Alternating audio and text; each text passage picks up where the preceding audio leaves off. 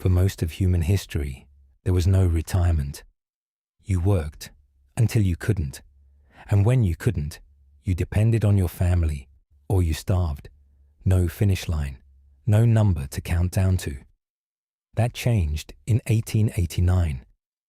One man invented retirement, the fixed age, the government payment, the formal right to stop. But he did the math very carefully. He set the age so high that most workers would die before collecting a single payment. That was not a mistake. That was the design. And that design is still inside the system you are working toward right now. The year is 1889. The place is Berlin, Germany. Otto von Bismarck is the most powerful politician in Europe. He has unified Germany. He has fought wars. He has built an empire. And now he has a problem. Workers across Germany are angry, not just tired or frustrated, angry in an organized way. Socialism is spreading. Unions are growing. There are men in parliament who want to give workers real power. Bismarck cannot allow that. He needs to give workers something that looks generous, something that calms them down. But he also needs that something to cost as little as possible. So he creates a pension system. Workers will pay into it their whole lives, and at age 70, they will receive a monthly payment from the state. Age 70. In 1889, the average German worker who survived childhood could expect to live into their mid-60s, not 70. Most workers who paid into this system their entire lives would never collect a single payment. Let that sit for a moment. On June 17th, 1889, the German Old Age and Disability Insurance Law was passed. It was the first national pension system in the world. Bismarck presented it as a gift to the working class. The state, he said, has a duty to its workers. The newspapers praised it. Other countries watched closely, but the numbers told a different story. To collect a pension, a worker had to reach age 70. In a country where most adult workers could expect to live into their mid-60s, not beyond. In a country where factory work destroyed bodies, where tuberculosis was common, where medicine was limited. The workers who paid into the system their entire lives, most of them would never see a single payment. Bismarck knew this. His own advisors knew this. The pension was designed to be a promise, not a cost. A small group of people did live long enough to collect. The system paid them. That was enough to make it real, to make it credible. But the architecture, the age requirement, the contribution rules, was built around a very specific calculation. Give people hope. Spend as little as possible.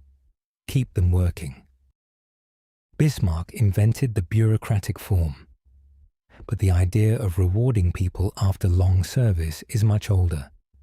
In ancient Rome, soldiers who completed their service received something called the missio honesta, the honorable discharge.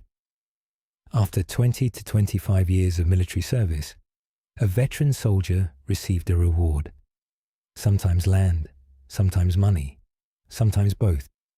This was not charity, it was a contract. Rome needed men to fight its wars. Long campaigns far from home against enemies across 3 continents. To attract and keep those men, Rome made a promise. Serve us faithfully, and we will take care of you when it is over. It worked. The Roman army was one of the most loyal fighting forces in history, not just because of discipline, because of that promise at the end. But notice what the promise required. 20 to 25 years of service. Starting at age 17 or 18, the soldiers who collected were in their late 30s or 40s. Many did not survive that long. The structure was generous in its design, selective in its delivery. The playbook was already there. Bismarck just updated it. China had its own version, and it was even more exclusive. During the Tang Dynasty, roughly 600 to 900 AD, the imperial bureaucracy had a formal retirement system for government officials. Officials who passed the imperial exams and served the state for decades were entitled to rest, with rank and some financial support after long service. But this system was only for officials, the people who had already proven themselves exceptional. To enter the bureaucracy, you had to pass one of the hardest examinations ever created. Only a tiny fraction of candidates passed. So retirement, in the Chinese imperial model, was a reward for the elite of the elite.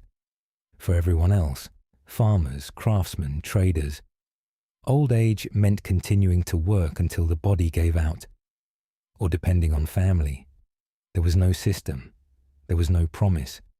That was the reality for most people, in most places, for most of history.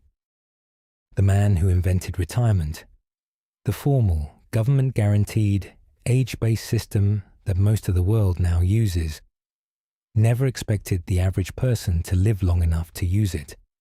He built the escape hatch, then he put it just out of reach. Retirement was not invented as a social benefit. It was invented as a political tool. Bismarck was not trying to improve workers' lives. He was trying to prevent a revolution. By creating the pension system, he gave workers something to lose, a future worth protecting, a reason to stay inside the system instead of trying to break it. It worked. The socialist movement in Germany lost momentum. Workers who might have organized more aggressively now had a stake in the stability of the state, and the cost, minimal, because most of them would never collect. The promise is real. The system exists. People do retire. But the architecture still carries the original logic. In most countries, the retirement age was set at a point where the system could function, where contributions from working people fund the payments to those who have stopped. That balance only works if not too many people collect for too long. Every time a government debates raising the retirement age, they are having the same conversation Bismarck had in 1889. How much can we promise? How little can we spend? Today, retirement systems around the world are under pressure. People are living longer, much longer. A person who reaches 65 today can expect to live, on average, another 18 to 20 years in developed countries. That was not part of the original calculation. When Bismarck set the age at 70, he was working with a world where almost no one reached it. Now, most people in wealthy countries do reach retirement age, and then live for 2 more decades. The system was not built for this. France raised its retirement age from 62 to 64 in 2023, and millions of people went into the streets to protest. The same debate is happening in Germany, in the United States, in Brazil, in Japan. Different countries, different numbers, same argument. Workers say, "You promised us this. We paid into this. We earned it." Governments say, "The math no longer works." Both are right. The promise was made in good faith, eventually. People built their lives around it. And the math really has changed, because people are living longer than any 19th century politician imagined. Bismarck's tool became a social contract, and now that contract is under strain. The idea of rest after a lifetime of work is ancient.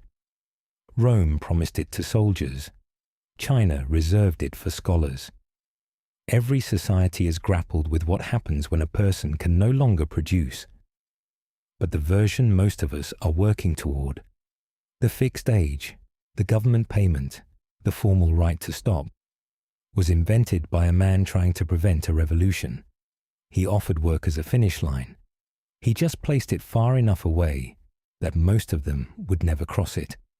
The line has moved, Life has changed, but the tension between what retirement promises and what it delivers, that tension has never gone away. The playbook is older than you think. Retirement was invented to keep workers inside a system, but Bismarck was not the only one who thought this way. Next episode, the 40-hour work week. Who invented it, why they did it, and what they actually wanted in return. Subscribe to find out how more of the structures you live inside were designed, long before you were born, by people with very specific intentions. The playbook is older than you think, and it is still in use.